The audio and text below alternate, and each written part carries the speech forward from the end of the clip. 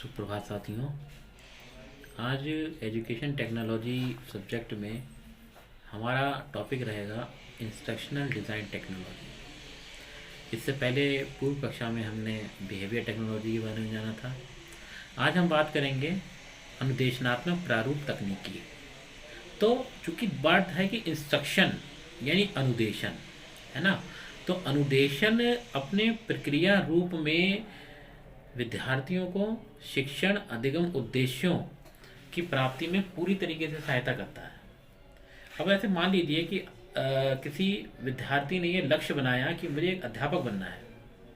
ठीक, तो ये तो हमारा लक्ष्य बनाया कि अध्यापक बनना है। अब अध्यापक बनने में उसे कौन कौन से इंस्ट्रक्शन मिलेंगे कि अगर प्राइमरी के अगर शिक्षक बनना है तो उसके लिए सबसे पहले उसे बीएड या बीटीसी कोर्स कंप्लीट करना पड़ेगा।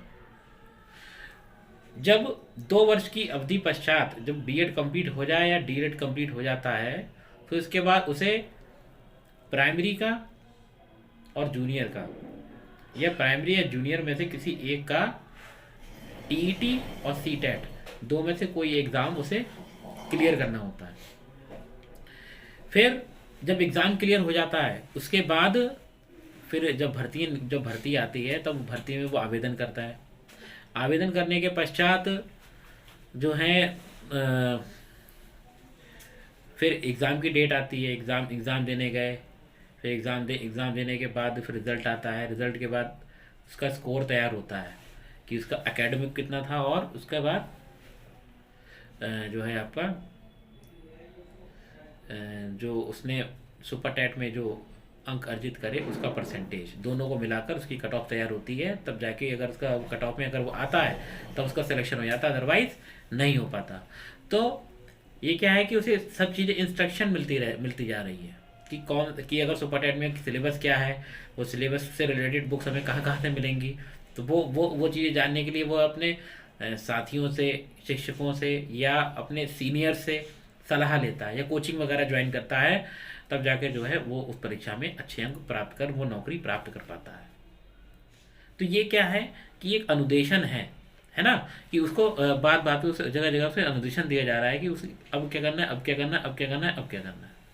तो इसी दृष्टि से अधिगमकर्ता भी जब भी कोई अनुदेशन प्रदान किया जाता है तो सदैव उससे यही आशा की जाती है कि इस प्रकार के अनुदेशन की परिणति सदैव उसे निर्धारित शिक्षक अधिगम उद्देश्यों की अच्छी से अच्छी तरह प्राप्ति होती रहे। तो स्पष्ट है कि ऐसा करने के लिए अनुदेशन प्रणाली का भली भांति नियोजन, संगठन और विधिवत क्रियान्वयन बहुत जरूरी है। शैक्षिक तकनीकी की एक शाखा जिसे अनुदेशन प्रारूप तकनीकी कहा जाता है अपने कुछ प्रभावी अनुदेशनात्मक प्रारूपों के माध्यम से यह सब कुछ करते हुए कि अनुदेशन की प्रक्रिया और परिणामों को सही दिशा और दशा प्रदान करने का प्रयत्न करती हुई देखी जा सकती है। तो अनुदेशनात्मक प्रारूप तकनीकी और कौशलों से विकसित इन अनुदेशनात्मक प्रारूप का प्रयोजन, जैसा कि अमेरिका के सिराक्यूज विश्वविद्यालय के प्रोफेसर डॉक्टर रॉबर्ट सी ब्रांच का मत है कि अनुदेशन प्रदान करने हेतु अनुदेशनात्मक घटनाक्रम से संबंधित पेचीदगियों का विश्लेषण, परिभाषीकरण तथा परीक्षण कर अपेक्षित व्यू रचनाएं सुझाना है।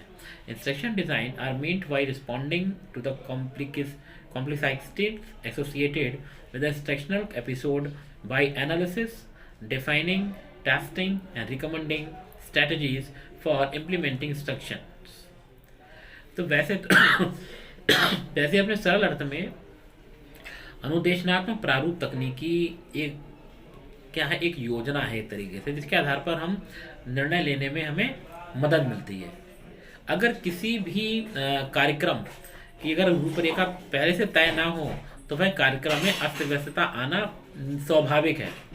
तो अनुदेशनात्मक प्रारूप तकनीकी क्या कहती है कि किसी भी कार्य को करने से पहले हम उसकी योजना बना लें, फिर उसी के आधार पर योजना को हम क्रियान्वित करें। संगठन बनाए कि उस योजना को कितने लोग जो है क्रियान्वित करेंगे। संगठन जब बन जाएगा उसके बाद जो है हम प्लान को हम उसको वर्क के रूप में उसको लेकर आएंगे। तो इस तरीके से हम ये समझ में आया कि अनुदेशनात्मक प्रारूप तकनीकी एक ऐसी तकनीकी है जिसके माध्यम से आधुनिक कौशलों एवं तकनीकों का प्रयोग शिक्षा और प्रशिक्षण की आवश्यकताओं की पूर्ति हेतु किया जाता है।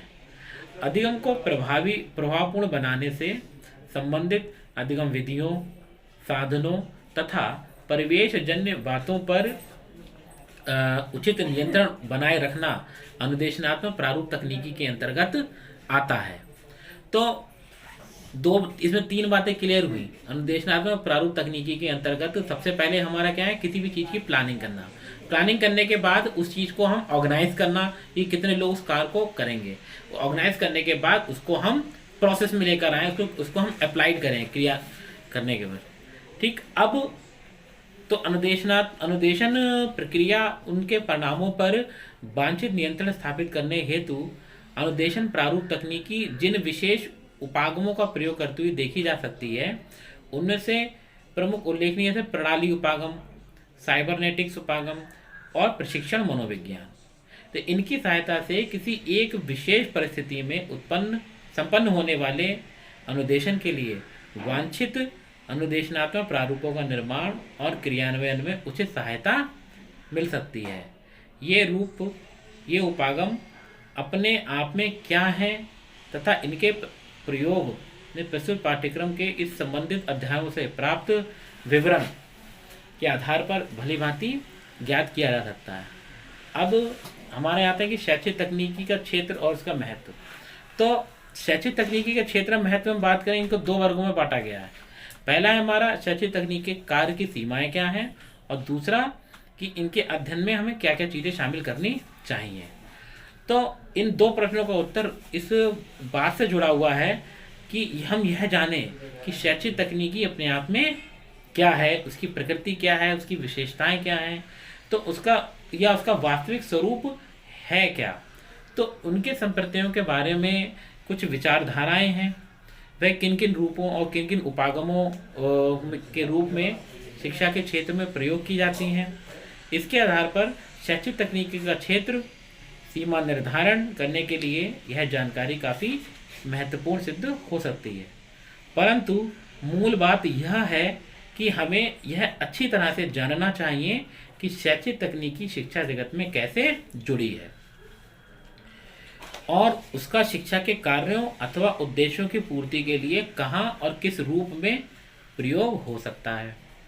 तो शैक्षिक लक्ष्यों एवं उद्देश्य का निर्धारण, spelling out the educational goals और ऑब्जेक्टिव्स।